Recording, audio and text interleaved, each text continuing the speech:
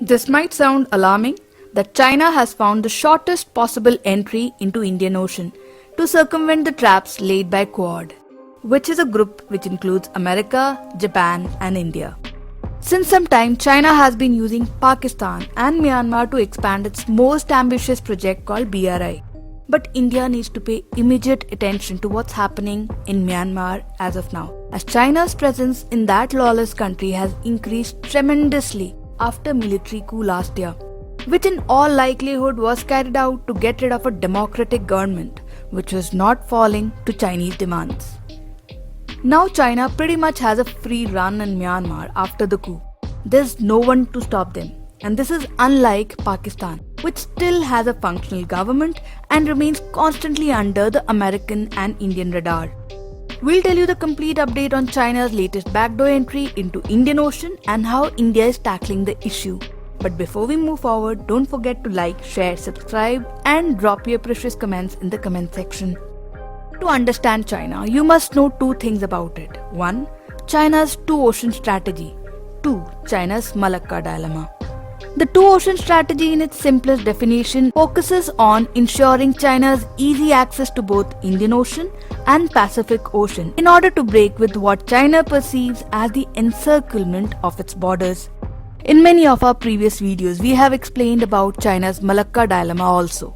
It's about the choke point or the narrow region in the sea in Malacca, through which all the Chinese civilian and military ships, including their submarines, are forced to pass, as China does not have a better access to Indian Ocean. This was a trap, so America, Japan and India had created a network of submarine detection systems from South China Sea to Andaman to keep a tab on the Chinese activities. This network was also called SOSUS, or the Sound Surveillance System. China had been feeling suffocated at the movements of its ships and vessels were being monitored. So they came up with a brilliant plan to circumvent the trap by Quad. One, of course, was through Pakistan, but the terrain in Gilgit-Baltistan was bad, and America was always monitoring Chinese. So they chose Myanmar, a completely lawless country which has been in the thick of chaos since decades now. China decided to pass BRI through Myanmar, and they came up with BRI Corridor's Jewel in the Crown, which is a dual-purpose deep-sea port to be built at Kyeok Phu. This will be on Myanmar's west coast and China will be spending approximately $7 billion on it. The project is also called CMEC, just like CPEC in Pakistan. CMEC stands for China-Myanmar Economic Cooperation, which is a 1700 km long inverted Y-shaped corridor. The term Jewel in the Crown is clearly China's wicked humor for circumventing Quad's trap. As we all know by now, China controls part of Himbantoota port in Sri Lanka, Gwadar port in Pakistan, and both these ports are used by 1. Chinese civilian ships, 2. Chinese military ships.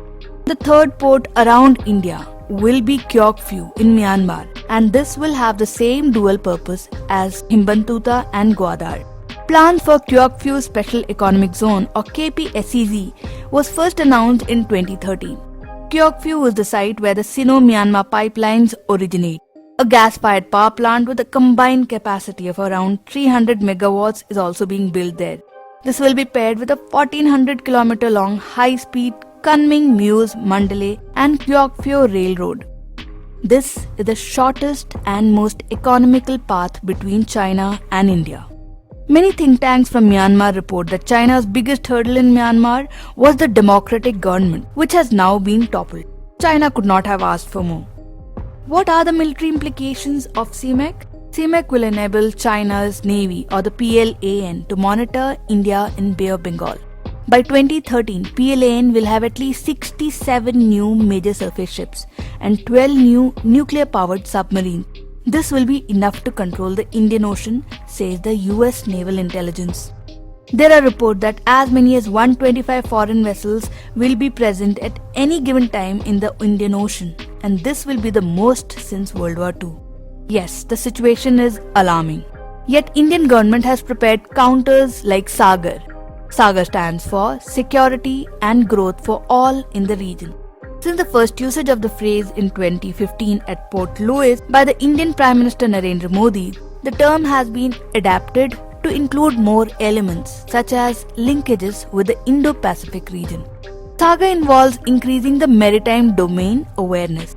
This is implemented through integral coastal surveillance system. India has now put up coastal radar systems in many countries which are friendly to India along the Indian Ocean. While Sagar is part of India's official policy, India has not revealed much about it. So we are forced to leave some aspects of Sagar to your imagination. If you have lasted this far in the video, do not forget to subscribe to our channel, drop your precious feedback in the comment section, and do open the description box of this video for links to similar videos and articles on the topic. Jai Hind, Jai Bharat.